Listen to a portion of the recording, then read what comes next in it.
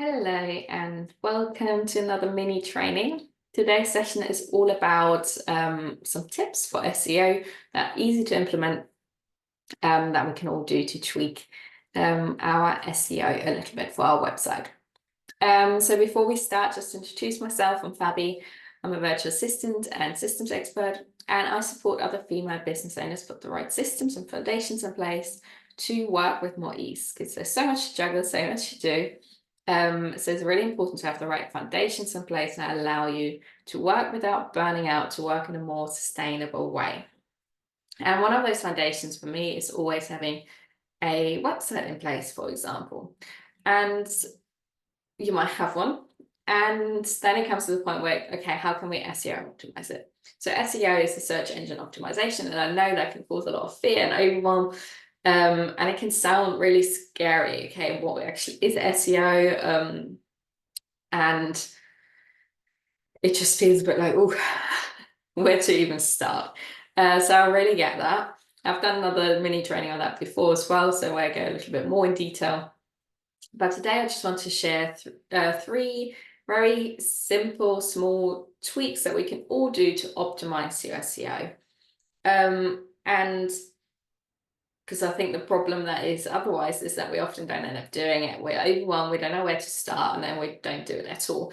But actually in the background, your website can do great things for you. You can attract more clients without doing a lot more work through to SEO, finding you better on social media, on the search engines.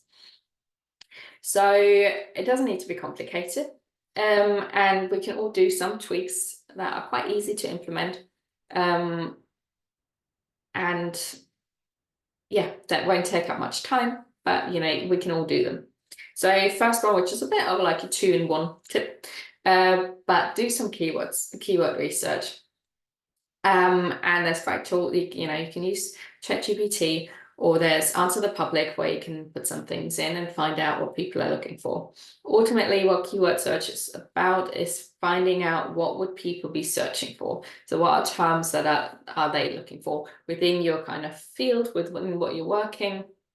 What are they looking for? What support are they looking for? What words, what phrases are they putting in to find their results? Ultimately, your purpose of your website is to answer those results. But it will give you a good indication of, okay, this is what people are looking for. And then you can use that within pretty much all the other steps I'm sharing now. So that's really a great place to start, just doing some research on that. It will also give you a great indication of kind of content that you can create around it. But then the kind of next step within that is to integrate it into your website. There's some easy ways to do that. So putting some more of those search for keywords into your headings. So headings indicate Google the importance of what you're sharing. So if something's in heading 1, it indicates, okay, this is the important bit. This is what's answering it. So it might be, let's go with yoga. Don't just say yoga classes, but yoga classes in your area, wherever you live. So putting the town name into that, because that's more what people are going to search for. That's indicating Google, okay, this is important, this is where it's happening. So if somebody's searching for yoga classes in, I don't know, London, I mean, that's a white term, you would want to go a bit more specific. But then, okay, this is giving the result because in heading 1, okay, clearly this is what it's about. This will be a good result for that person looking for it.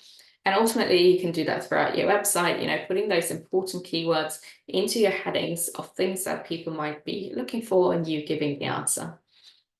But also just integrating it more into your text. And that's really not about, sounding really weird and putting loads of keywords in, but in a natural way, including some more of those keyword terms into your paragraphs, into, the resources that you're offering, the value that you're giving within your website, integrating that a little bit more. Which brings me to the next point. So that was kind of 2-in-1. So keyword search, integrating into your headings and your text. So next point would be SEO descriptions for your pages. something we often forget. Some websites do it automatically, but it can be good to kind of go back into it and just optimizing it a little bit. So ultimately what it is kind of summarizing the purpose of that page that you have.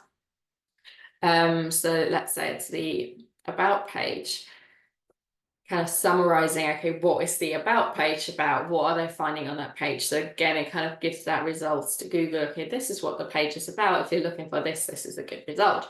So again, come back to your keywords, what is important, and integrate, okay, this is about yoga classes in that area, online, in person, all those kind of things that people might be looking for, and being more specific, if it's something more detailed, maybe it's trauma informed or yoga for a specific practice or coaching for specific people, putting all of that in there in a natural way, so it's kind of like phrased nicely as well. And you can usually do that for all of the pages. Most websites should have some option to do that. As I said, some do it automatically, but it's always worth to kind of go over it and just have a look if it's suitable. And then lastly, which kind of fits into the whole theme, is your image description. So you're going to obviously have images on your website, and you usually will have the option to, there's an alt text and like an image description that you can put in. So it's actually a great place to add some more of those keywords, again, in a natural way, especially if it's, pictures that you've actually taken of you or your classes or your coaching or whatever it is. But, putting things in like your name, and you're the founder of this, and, this is your brand name, or retreat in area name, and putting those bits in, or yoga for rest, or all those kind of things. Trauma-informed coach, trauma-informed somatic coach, putting these things into the image descriptions in, again, fairly natural way, can also help with SEO. So of course these are not exclusive, and there's more things we can do to optimize our SEO, but I think it just gives a little good first indication of, okay, these are a few small tweaks I can make right now. Won't take me too long. Start with that keyword search, because often there's a great foundation for everything else that you do around it, and then just start implementing a few things. Doesn't need to be perfect, that's often keeping us from doing anything. Even start with a couple of pages, don't need to do everything all at once.